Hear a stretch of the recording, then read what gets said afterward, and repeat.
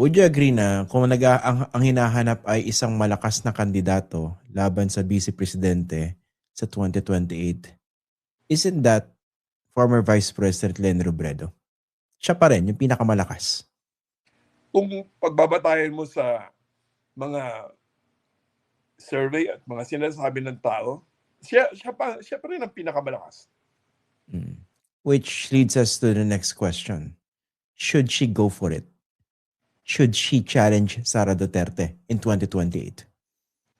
Well, maraming nagsasabi niyan at maraming hindi siya tinitigilan na tanungin sa kanya na bakit hindi kayo.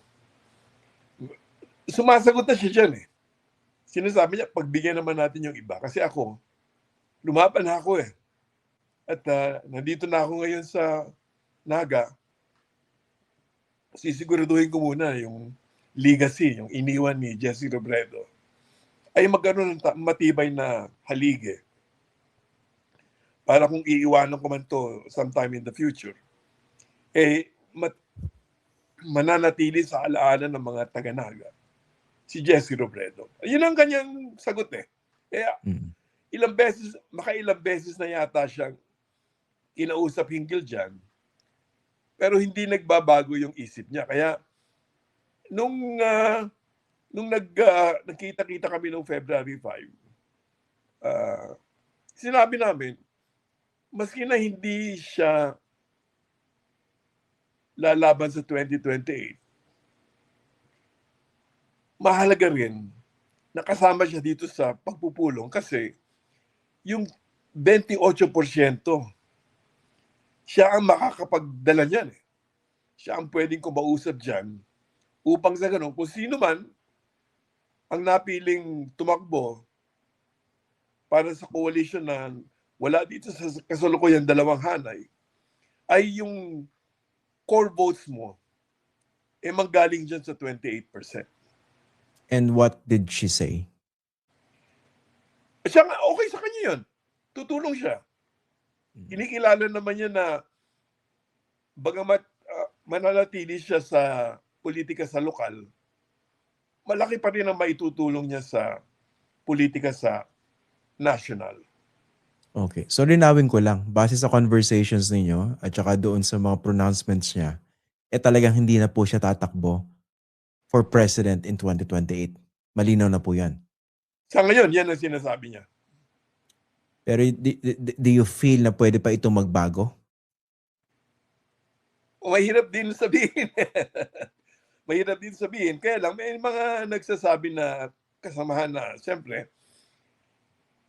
ayaw din natin na maghintay sa puntong yon. Baka maulit na naman yung nangyari nung nakaraan na ang pagpapasya at paghahanda mangyayari malapit na dun sa dulo.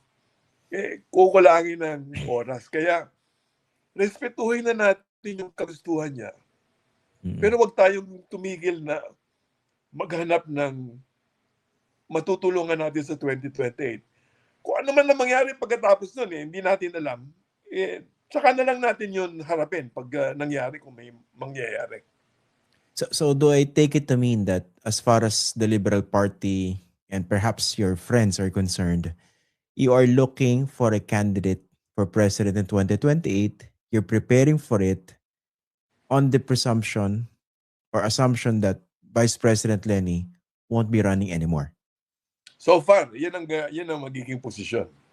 Okay. Kasi inisip ko, unfair din naman dito kay former Vice President dahil marami talaga sa mga nakakausap ko, talagang ina-expect pa rin nila na siya yung tatakbo because they see her as the strongest candidate or contender to Sara Duterte in 2028.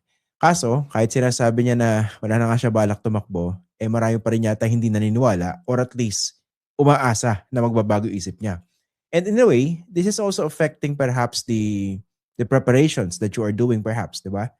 Dahil parang walang hard pass na nakikita yung ibang tao. Kasi nga, umaasa sila at yung iba, hindi siguro naniniwala pa na final na yon. Don't you think, di ba? Kumbaga meron dilema eh. Hindi, tama ka dun, Christian. Pero kaya lang, kung gusto na natin mag-umpisa ang paghahanda ngayon, hindi naman tayo pwedeng umasa dun sa baka hindi mangyari. Ngayon sinasabi na hindi mangyari. So, kailangan ituloy ang paghahanda with those assumptions at tingnan natin kung ano mangyari. Total, hindi naman natin pwedeng sabihin na yung 28% na yun walang transference Di ba? Hindi naman natin pwedeng sabihin. Kung merong kandidatong mapili tapos sa survey lumalabas na pwede niyang ipasa yung 28% na yun, around that much. Sa napili na kandidato, malaking bagay din yun. Mm. Would it help kung magkakaroon siya ng parang very strong public pronouncement na hindi na ako tatakbo for president? Nililinaw ko once and for all. Publicly sasabihin niya. Para yung ibang mga may alinlangan, yung may umaasa pa, talagang, kumbaga, mapapayapa na. Would that help? A strong Well, pronouncement. kasi ayoko naman na nagsalita na kasi siya. So, kung ano yung sinabi niya, pagkakatiwalaan ko na yon. Pero, totoo naman ang sinasabi mo na maski na paulit-ulit niyang sasabihin yan,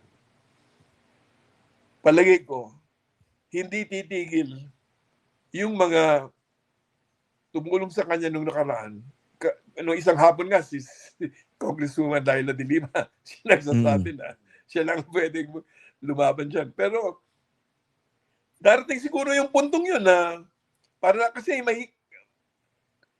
para bang mahihirapan naman yung mga yung talagang gustong tumakbo na pwedeng mapili ng grupo na ang isip ng tao wala sa kanila na kaya baka nga dumating sa punto na katulad ng inyong minumungkahi na talagang magsalita siya at linawin niya once and for all. Pero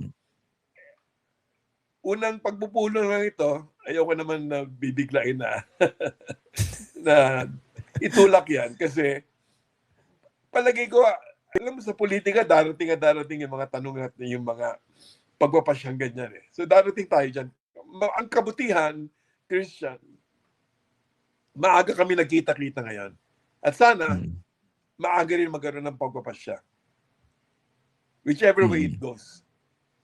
Kasi ganito po, I think may mga considerations po, na for instance, baka willing tumakbo yung ibang kandidato, ibang mga political figures ngayon for president, kasi baka pa nag-survey, hindi ganun kataas ang kanilang mga numero dahil ang expectation nga ng marami at ang gusto nila ang tumakbo, si former VP Leni Robredo. So basically, may epekto doon sa preparation or chances or aspirations of others that perhaps are more willing, don't you think?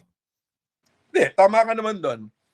Kaya sabi nga ni Senate President Drilon nung kanyang book launching kamakailan lang, kailangan maaga pa lang pagkasunduan ano yung prosesong susundin sa pagpili ng kandidato. Ano yung pamantayan na gagamitin para mamili ng kandidato. At pangatlo, paano pagtutulungan yan para talagang malaki ang laban at malaki ang pagkakataon na panalo yung kandidato. Ngayon, lahat ng mga bagay na natukoy mo kanina, lalabas at lalabas yun Kasi kami naman mga politiko, ang dulo naman palagi niyan talaga gusto nating manalo. Hindi lang makahanap ng huwarang kandidato, pero yung kandidato naman nanalo. Yan naman ang dulo niyan Yan naman ang dulo niyan. And I'm sure political reality will, along the way, visit us all and, ilalagay sa sitwasyon na talagang mag-usap talaga ng masinsinan. Pero sa ngayon kasi, ganito kaaga, ang mahalaga ang pag-usapan yung ground rules. Kasi lahat naman dyan dapat tumalima sumunod dyan Dapat Pero yung mga pamantayan, mapag-usapan. Para pag nagsimula na yung proseso, at least meron kayong pinag-uusapan na pinagsisimulan Kaysa naman hindi mo alam kung ano yung binabatayan ng desisyon ng mga tao.